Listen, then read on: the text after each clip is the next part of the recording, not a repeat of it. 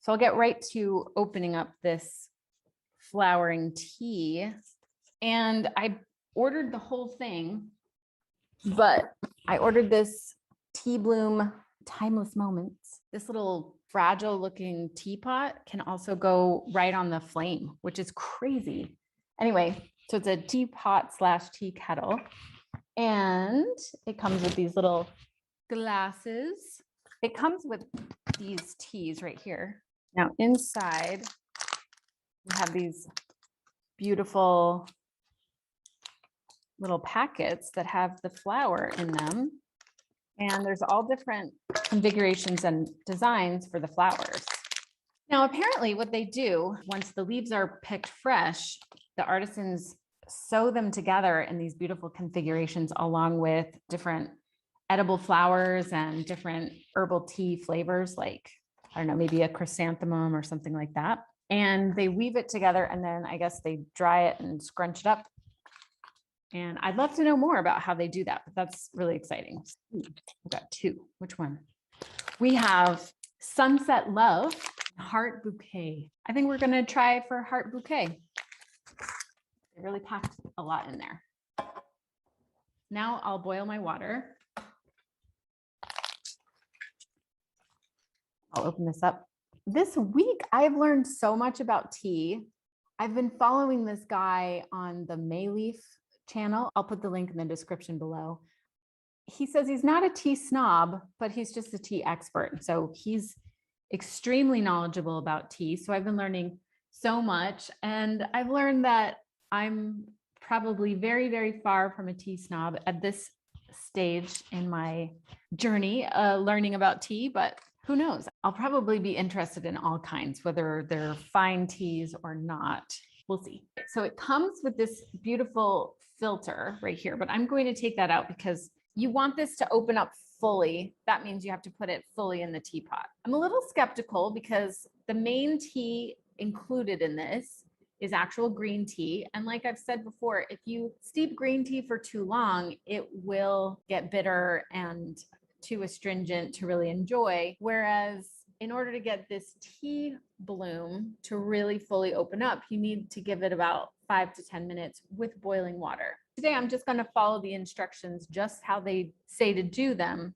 But going forward, if I do these again, I will do some experimenting to see if a lower temperature works and if less time, we'll see. So I'm going to drop this right in here. Apparently my hand fits in just fine. That's good. And I've got my boiling water. So we're going to just pour that over.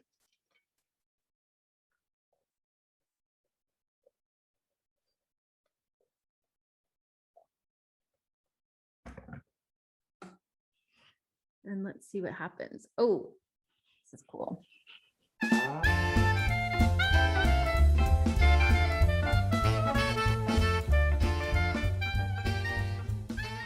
See? Oh, it's so pretty. Ooh, but I need more water.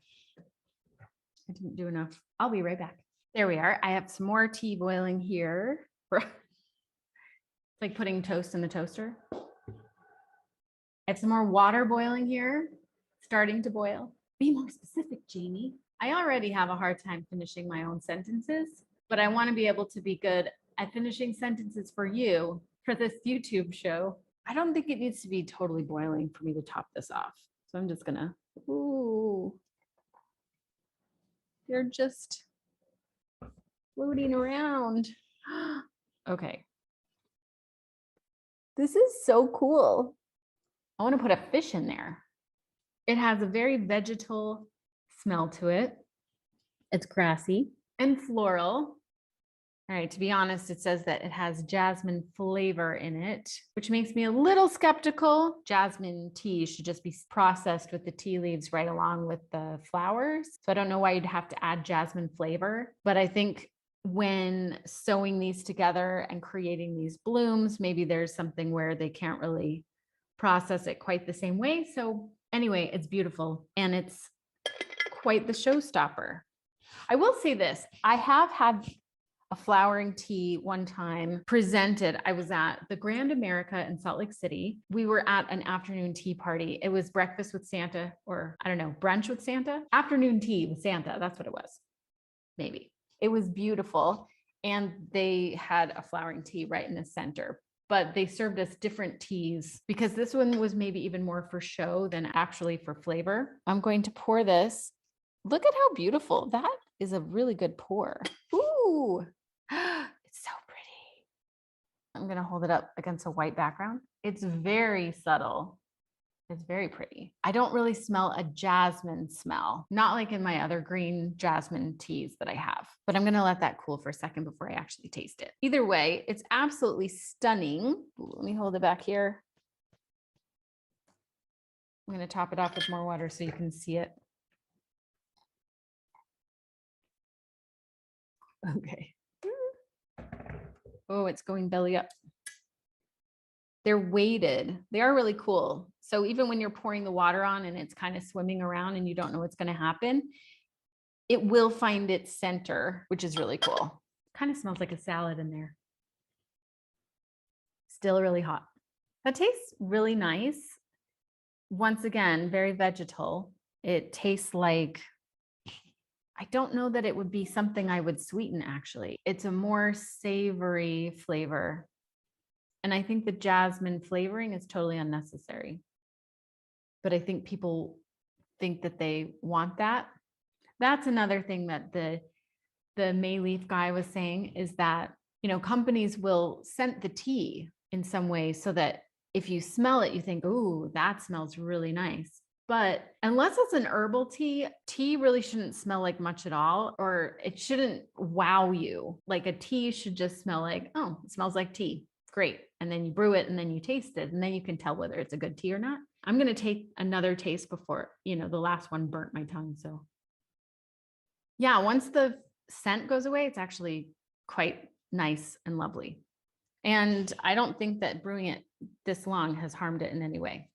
They also say that you can brew these 2 to 3 times. So I can pull it out and then let it dry out and then redo it. It won't have the same effect of going from the ball to the spectacle, but it's still really pretty. But I'm going to empty this out because now I actually need this pot to do my herbal tea. Are you excited to know what it is? Here we go, little guys. They look like sad, soaked, wet flowers. So are you ready to try this mysterious herbal tea that I've been talking about? It's the blue butterfly pea flower. If you're like half the influencers out there who do anything with tea, you probably know what this is already. It's that blue tea that turns purple when you add lemon juice to it. I've never tried it myself. I got this from a local tea company. We're going to see how good it is. Once again, I will smell it though, especially the herbal teas. When we smell it, it does make a difference. This one smells almost like caramel or molasses. It smells very sweet. I'm going to take my little infuser that came with this. This, by the way, also came with a tea warmer and a tea light and then a little trivet that goes over it. It's a really great value and bargain, and I would recommend it 100 times over, even if you're not going to be loving the tea blooms. It's a pretty great set. It's so beautiful. And when I got it, it was completely hammered in. You see that? Not one little scratch on the glass. I'm going to start this off. I'm probably going to add, I'm going to be generous, sliding that in. I'll get my water boiling because it does say to do full boiling water over the blue butterfly pea flower to get it to turn blue. It also said to use filtered water or spring water. It's almost boiling and it's so fast. These are like a genius invention, the electric tea kettle. I'm going to pour that in. We're going to see. Ooh, it does look blue. Oh my gosh. Do you see that? Ooh, that's so cool. It's happening. Wait. All right. In my monitor, it looks purple. Right here in front of me, it looks blue. This is really, really, really, really beautiful. Oh my gosh.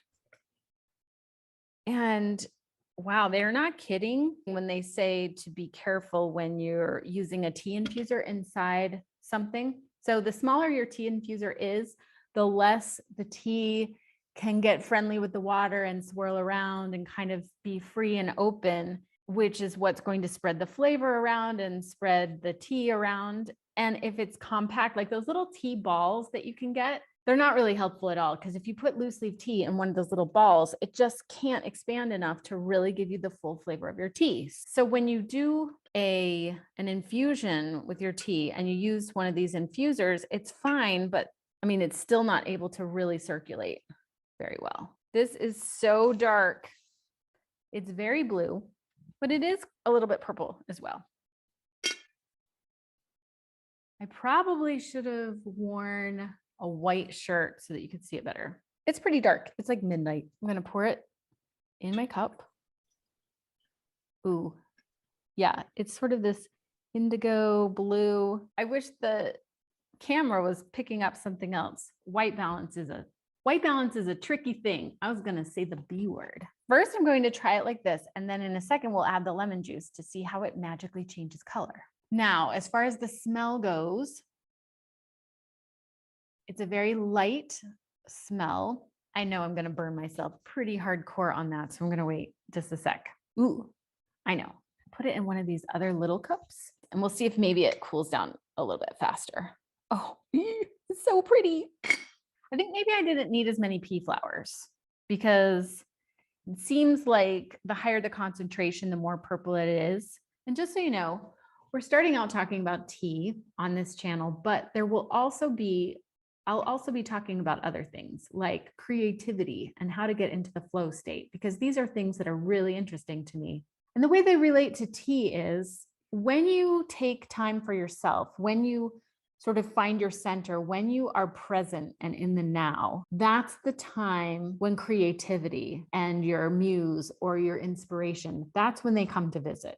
It's usually not when you're super stressed out or doing something when you're in high beta. Whatever it is that's in your life that's causing you to worry, if you keep playing those tapes, your inspiration is going to have a hard time finding the way into your brain to let you know what to write next or what to create next. What I love about tea is that it gives us the chance to really slow down, be present, be in the moment, and then allow those things, the inspiration, come in. Then it can help in all the other aspects of your life, because then you remember, oh, maybe I could be more present. You know, meditation is a practice, but I think also having a tea ritual, that's a practice as well. It's something that you do. The help and the benefit actually stays with you throughout the day. It's not just like the benefit is only for that 10 minutes. So we're going to be talking a little bit about those sorts of things, not just tea. And we're also going to be baking things. If you want me to bake something on this channel, I used to be a food blogger. I think I mentioned that. But if you want me to bake something specific, let me know in the comments. I will be baking things that can be served with tea. So we will try to keep it narrowed down on this channel, not going all over the place. I think it's time that I tried this now. It doesn't have a very strong flavor. I will say that. I would say that it's a little bit floral. I think we're ready to add some lemon juice to see what happens. I don't know if you'll see it, but I'm going to see it. And all those people on the internet seem to be able to show it on a camera. I'm going to add just a little bit of lemon juice. Oh, now that is a big difference. Isn't that pretty? Look at, oh, wow. And if you see the two, that is a big difference. Gorgeous. This is with the lemon juice and this is without. This is so cool. The girl at the store, she was so cute. She's like, yeah, just add lemonade because then you'll have sugar in it already. So next time I will add sugar and see what happens.